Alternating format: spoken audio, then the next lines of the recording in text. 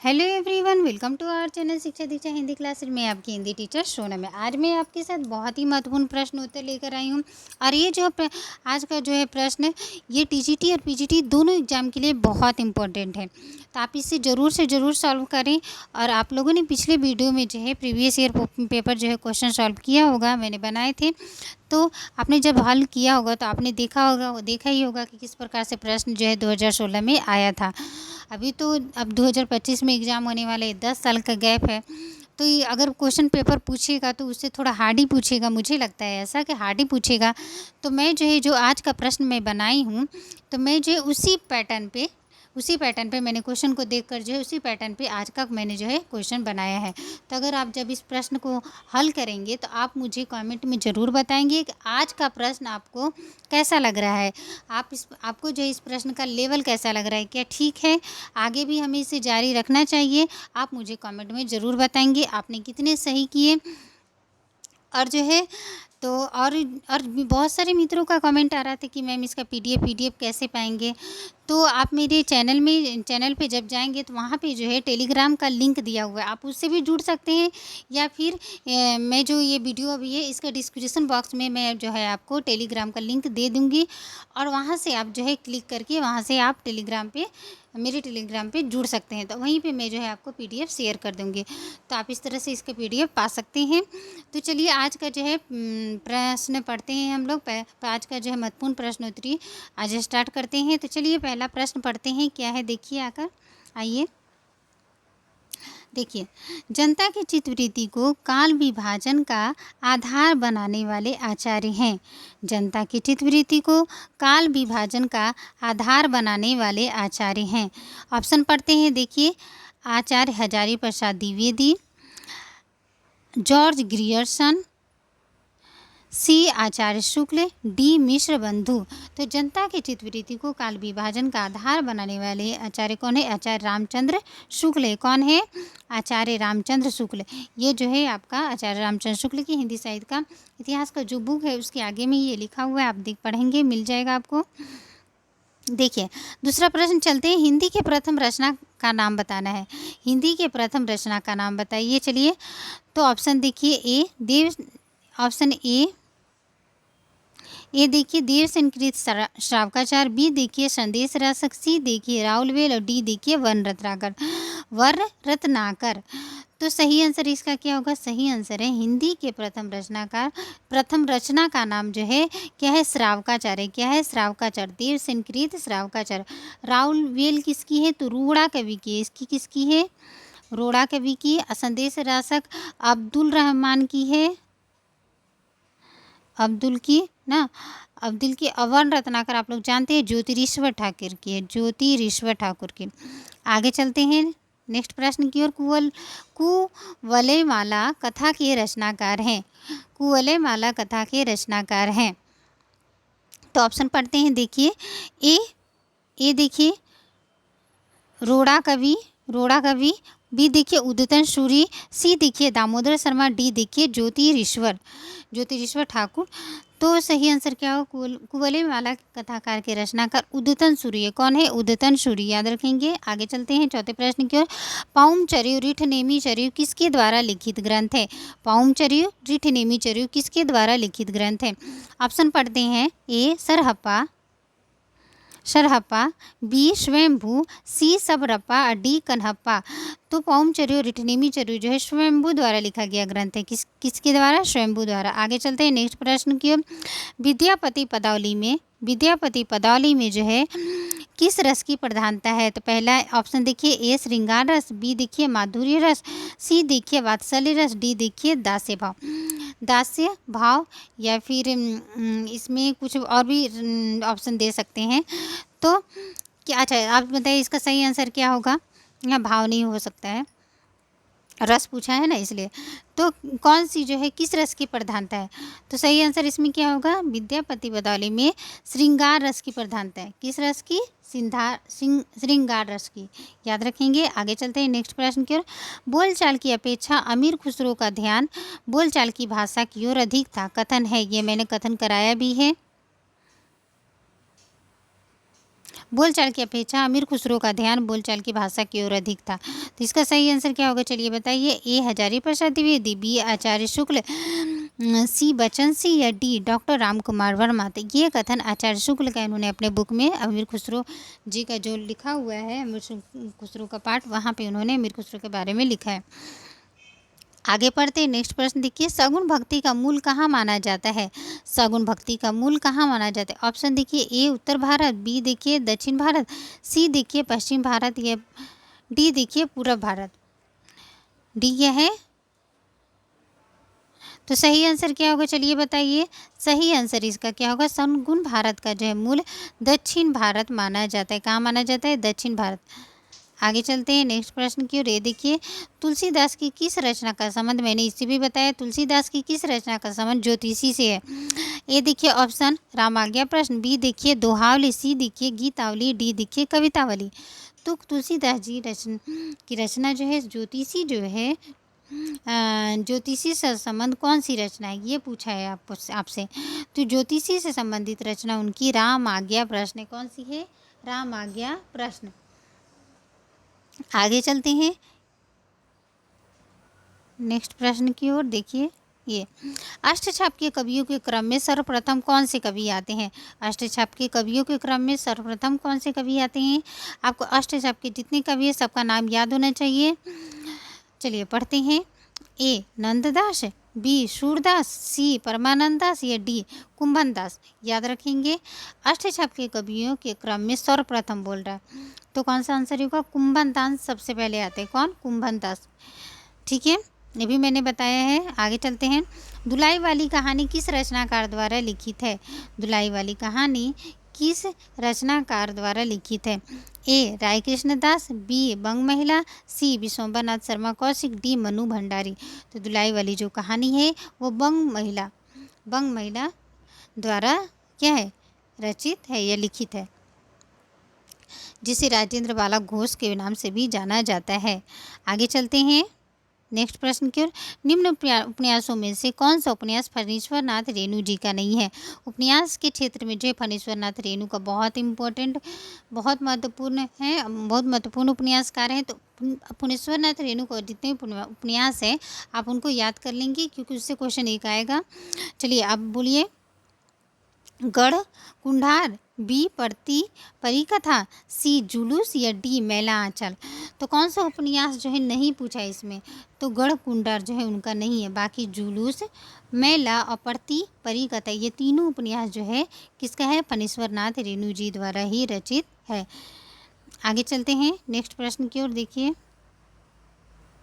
महादेवी वर्मा की रचना पथ के साथी किस विधा के अंतर्गत आती है। जो महादेवी वर्मा द्वारा रचित है क्या, पथ का साथी, वो कौन सी हिंदी की विधा है, हिंदी की कौन सी विधा है, ये पूछा है आपसे।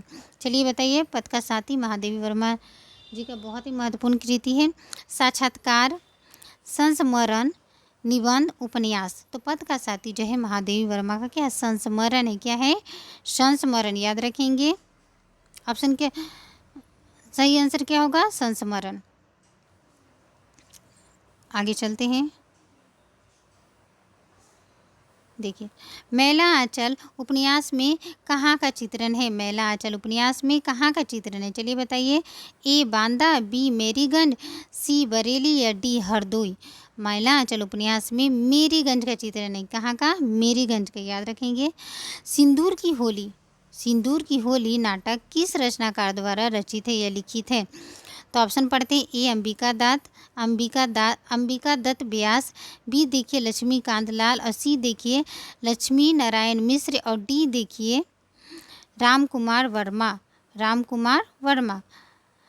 सिंदूर की होली नाटक किस रचनाकार द्वारा लिखित है। तो सिंदूर की होली जो है नाटक है ये लक्ष्मी नारायण मिश्र का, लक्ष्मीकांत लाल का नहीं है। ये याद रखेंगे, कन्फ्यूजन नहीं होगा एग्जाम में। लक्ष्मी नारायण मिश्र का याद रखेंगे। ठीक है, आगे चलते हैं। आधे अधूरे नाटक किसके द्वारा रचित है। बहुत ही इंपॉर्टेंट है, कल भी इससे क्वेश्चन आया था आप लोगों का। तो आधे अधूरे नाटक किसके द्वारा प्रीवियस ईयर में पूछा गया है। आधे अधूरे नाटक किसके द्वारा लिखित है। धर्मवीर भारती, विष्णु प्रभाकर, सी मोहन राकेश, या डी गिरजा कुमार माथुर। तो आधे अधूरे नाटक किसका है, चलिए बताइए। आधे अधूरे मोहन राकेश जी द्वारा लिखित नाटक है। बहुत इंपॉर्टेंट है मोहन राकेश, और नाटककार के रूप में मोहन राकेश बहुत ही महत्वपूर्ण है, इससे उनसे क्वेश्चन आएगा ही आएगा। हजारी प्रसाद द्विवेदी जी का प्रथम निबंध संग्रह कौन सा है? निबंध के क्षेत्र में हजारी प्रसाद द्विवेदी का बहुत महत्वपूर्ण स्थान है, इनसे भी क्वेश्चन आएगा। तो बताइए इसका आंसर। ए विचार और वितर्क, बी अशोक का फूल, सी साहित्य सहचर, या डी कुटच। तो हजारी प्रसाद द्विवेदी का प्रथम निबंध संग्रह कौन है? अशोक का फूल है। ठीक है, ऐसे ये विचार वितर्क, साहित्य सहचर और कुटच, ये सारे क्या है? निबंधी है इनके। ये देखिए, नेपाली भाषा की लिपि क्या है? नेपाली भाषा की लिपि क्या है? कैथी, बी देवनागरी, सी गुरुमुखी, डी चित्रलिपि। नेपाली भाषा की लिपि क्या है? नेपाली भाषा की लिपि, सही आंसर क्या होगा? देवनागरी है। नेपाली भाषा की लिपि क्या है? देवनागरी। याद रखेंगे। आगे चलते हैं। ब्रज भाषा केंद्रीय क्षेत्र क्या है? ब्रज भाषा का केंद्रीय क्षेत्र क्या है? इससे भी कल क्वेश्चन पूछा गया था। Option A Magadh, B Dwarika, C Ayodhya, या डी मथुरा। तो ब्रज भाषा का केंद्रीय क्षेत्र क्या है? मथुरा। आप जानते ही होंगे मथुरा में ब्रज भाषा ना। अच्छा, आगे चलते हैं। बहुब्रीहि समास का विकल्प पूछ रहा है इसमें। बहुब्रीहि समास का कौन सा विकल्प है? जैसे श्वेतांबर यहाँ पे दिया है आपका, तो श्वेतांबर का जो है विग्रह कौन सा सही होगा, आपको ये बताना है। ऑप्शन पढ़ते हैं। ए देखिए अंबर रहित, बी देखिए अंबर श्वेत की तरह का, या सी देखिए श्वेत है अंबर जिसके, अर्थात किस कौन? सरस्वती श्वेत रूपी अंबर। इसमें चारों विकल्प में से आपको सही आंसर क्या लग रहा है? श्वेतांबर। तो श्वेतांबर को विग्रह करेंगे तो क्या होगा? श्वेत है अंबर जिसके, अर्थात सरस्वती जी। सही आंसर क्या होगा? ये सही आंसर क्या है? ये ठीक सही आंसर थर्ड नंबर। याद रखेंगे, थर्ड नंबर सही आंसर है ये। आगे चलते हैं। अवघट शब्द में कौन सा उपसर्ग है? पूछ रहा है कि अवघट शब्द में कौन सा उपसर्ग है। चलिए ऑप्शन पढ़ते हैं। औ, बी आउ, सी औ, या ओ अवघट। तो अवघट में कौन सा उपसर्ग है? तो अवघट में अ उपसर्ग है, औ ना। उपसर्ग आगे लगता है, प्रत्यय पीछे ना, तो औ प्लस घट, औ क्या हो गया? उपसर्ग हो गया। आगे चलते हैं। नेक्स्ट प्रश्न। उदित उदयगिरी मंच पर रघुवर बाल पतंग विकसे सत सरोज वन हर्षे लोचन भृंग में अलंकार है। अलंकार इसमें पूछ रहा है, कौन सा अलंकार है? ऑप्शन देखिए श्लेष अलंकार, बी देखिए यमक अलंकार, विवक्षा अलंकार, और डी रूपक अलंकार। उदित उदयगिरी मंच पर रघुवर बाल पतंग विकसे संत सरोज वन हर्षे लोचन भृंग ना। चलिए, तो इसका सही आंसर क्या होगा? ये इसमें कौन सा अलंकार है? रूपक अलंकार है। कौन सा? रूपक।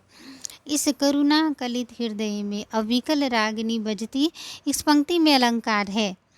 इस पंक्ति में अलंकार है, इसमें भी अलंकार पूछा है। चलिए बताइए। ऑप्शन पढ़ते हैं। श्लेष अलंकार, दूसरा देखिए यमक अलंकार, तीसरा वक्रोक्ति अलंकार, या चौथा अनुप्रास अलंकार। तो जिस भी ये देखो क वर्ण की क्या हो रही है? आवृत्ति हो रही है, तो क्या हो जाएगा इसमें? अनुप्रास अलंकार। क्या होगा? अनुप्रास अलंकार। आगे पढ़ते हैं। प्रसाद जी की कामायनी में पात्र में से ना, तो निम्न जोड़ों में से कौन सा गलत है पूछा है ना। प्रसाद जी की कामायनी में, प्रसाद जी की कामायनी में पात्र प्रतीकों के, पात्र प्रतीकों के, यहाँ पे पात्र मैं लिख देती हूँ, पात्र पात्र, ये देखिए पात्र प्रतीकों, क्या हो जाएगा? पात्र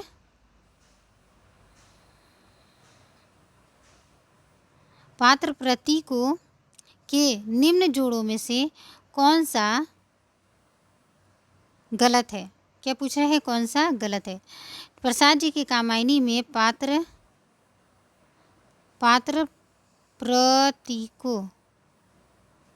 प्रतीकों के निम्न जोड़े में कौन सा गलत है? जो पात्र प्रतीक दिया है उसका ना, तो कौन सा आपको गलत लग रहा है ये ढूंढना है। चलिए बताइए। श्रद्धा किसकी प्रतीक है? हृदय का, ईड़ा आनंद का, मनु मन का, या इनमें से कोई नहीं? आपको कौन सा लग रहा है कि ये गलत है? तो इसका आंसर सही क्या होगा? ये बी नंबर। ईड़ा क्या का प्रतीक है? बुद्धि का प्रतीक है, आनंद का प्रतीक नहीं है। इसका मतलब सही आंसर क्या होगा? बी। आगे चलते हैं। निम्न विकल्पों में से कौन सा विकल्प अष्टचाप के कवियों से संबंधित सही विकल्प है? इसमें आपको बताना है कि अष्टचाप से संबंधित कवियों का कौन सा विकल्प सही है। ऑप्शन देखिए, ए निर्गुण ब्रह्म के उपासक थे। जो अष्टचाप के कवि थे वो कौन थे? निर्गुण ब्रह्म के उपासक। बी देखिए कृष्ण भक्त थे। सी देखिए सूफी कवि थे। या डी राम भक्त कवि थे। जो अष्टचाप के कवि थे, अष्टचाप में कितने कवियों को लिए? तो 8 कवियों के थे ना, 8 कवि थे। तो 8 कवि जो है बोल रहे हैं यहाँ पे क्या से संबंधित है? निर्गुण से, या फिर कृष्ण भक्त से, या सूफी से, या राम भक्त से। सही आंसर क्या होगा? सही आंसर आपका कृष्ण भक्त होगा। जो 8 कवि थे वो कृष्ण भक्त से संबंधित थे। आगे चलते हैं। देखिए, चीड़ों पर चांदनी बहुत ही महत्वपूर्ण रचना है, इसलिए मैंने लिया, याद होना चाहिए आपको। चीड़ों पर चांदनी किसका निबंध है? बताइए, चीड़ों पर चांदनी किसका निबंध है? ऑप्शन पढ़ते हैं। कृष्णा सोबती, निर्मल वर्मा, सी भीष्म साहनी, या डी ममता कालिया। चीड़ों पर चांदनी जो है किसका निबंध है? निर्मल वर्मा का निबंध है। किसका? निर्मल वर्मा, याद रखेंगे। आगे चलते हैं। मेरी जीवन यात्रा, मेरी जीवन यात्रा किसकी रचना है? प्रभाकर माचवे, आज्ञे, राहुल सांकृतियन, या राम कुमार वर्मा। कौन सा सही होगा ऑप्शन? चलिए बताइए। तो मेरी जीवन यात्रा राहुल सांकृतियन की क्या है? रचना है। याद रखेंगे, राहुल सांकृतियन भी बहुत महत्वपूर्ण है। इनका यात्रा वृत्तांत से ये क्वेश्चन आएगा, तो याद रखेंगे। अब बताइए 26।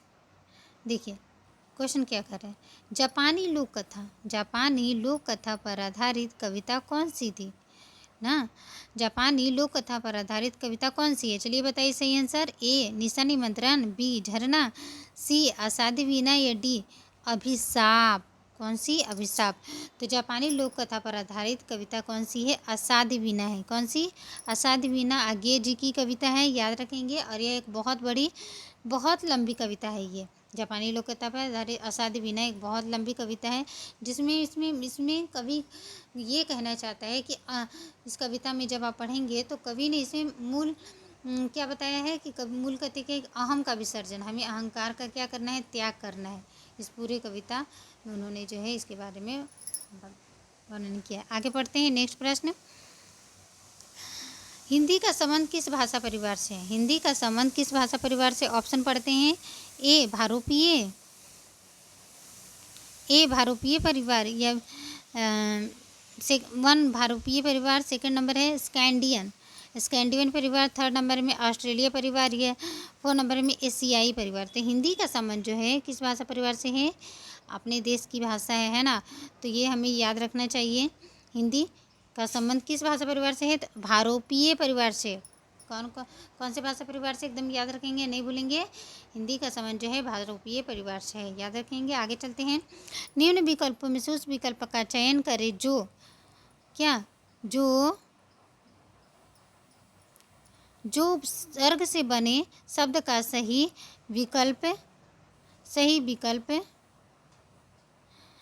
विकल्प नहीं है। यहाँ पूछ रहा है कि निम्न विकल्पों में से उस विकल्प का चयन करना है जो उपसर्ग से बने शब्द का सही विकल्प नहीं, जो मतलब कहने का तात्पर्य है कि जो उपसर्ग से बना नहीं हो।